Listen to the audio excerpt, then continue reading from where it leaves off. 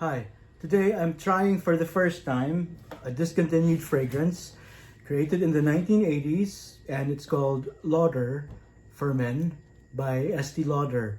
If you want to find out if it's any good, I'm dying to know because I blind bought this.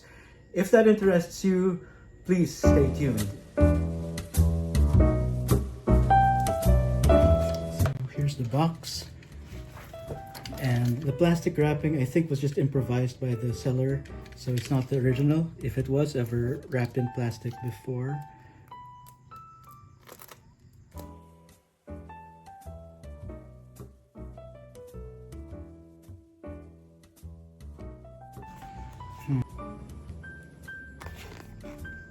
This exclusive formula contains SD alcohol, purified water, Lauder for Men fragrance. When I did some research, I discovered that if the text is that simple, it means that it's vintage. All right.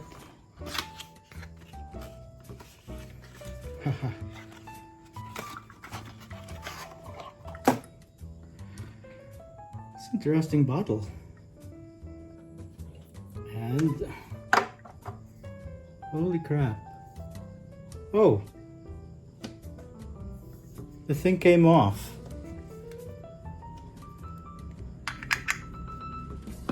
What the hell is this?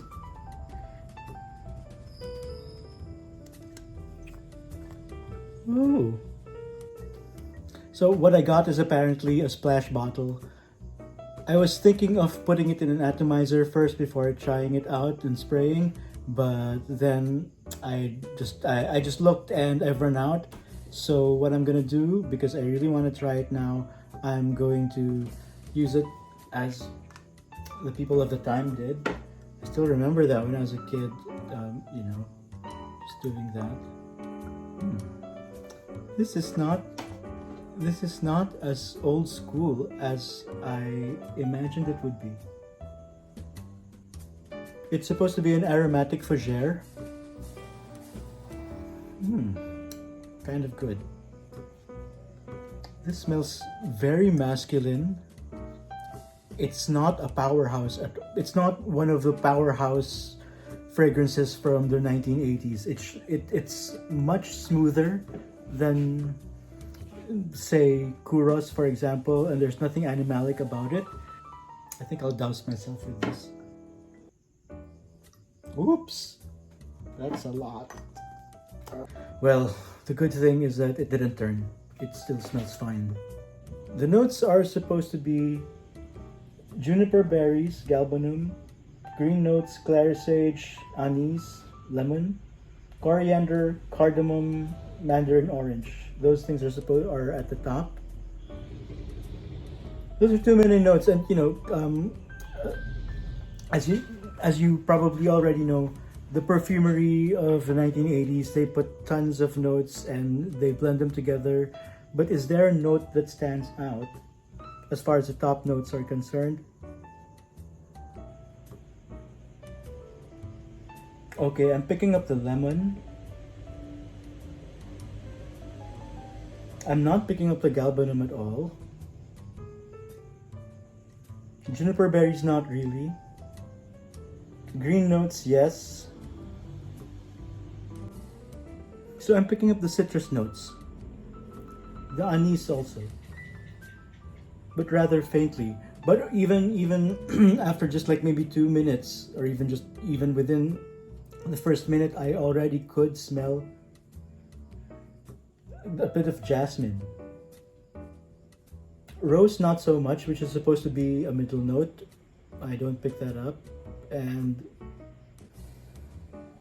I think I'm gonna let it dry down some more before I comment further. Lauder for Men Cologne. It's an old school fragrance, yes, but it's not an 80s powerhouse, not at all. When some people say that it's an 80s powerhouse, perhaps what they were referring to is a formulation which came after, I suppose, 1989, because this one, what I have is, apparently, when I did my research, I found out that what I have is a vintage bottle, and when I did the batch code check, it's from 1989. it turns out that the first formulation is much lighter, and the later formulation, it gets to be kind of heavy, and somebody said sticky. Well, this formulation, which is probably the original, about 4 years after it was released, is kind of like light and relaxed in itself. It doesn't get heavy at all, and it really it deserves the name Cologne, which is what it's called, Lauder for Men Cologne. I would call it a floral fougere. There are a ton of notes, like most of the fragrances for men in the 1980s, but among the ones that have carnation, this is probably the one that I like best, because it doesn't get powdery, not at all, not by any measure. I'm very happy that it doesn't smell cheap at all. The marketing for it, in fact, says that it's elegant. Is it? I would say, in fact, it is. Yes. There's something about it that smells almost like dignified, but it's the kind of dignity that is not self-important, not stiff, if that's what you might think when you hear the word dignified. So, if you're the kind of person who thinks about what to wear with which fragrance, I wouldn't recommend wearing this with a t-shirt like this. I think it's really meant for button down or a polo shirt, because otherwise you'd come off as thoughtless or careless, because it's just a bit, it's slightly more formal than, well, it's definitely more formal than a t-shirt thing. If you look at the ads, and I'm gonna show it here, the model is in fact wearing a suit. And well, I think it's not, at this time, I don't think that it begs for a suit, but I do think that it's not perfectly, absolutely t-shirt casual the way, for example, your cologne is casual. Yes, the citrus, it's really only at the top, and every time I sniff it, it's like I can't get enough of it. And the longer it stays on you, because I have the 1 hour dry down on this area, the longer it stays, the better it smells. Not that the start is bad. I think they're both good. The immediate how it smells upon immediate application and the dry down are both good. What the dry down, of course, doesn't have is the citrus top notes. So, is it unique?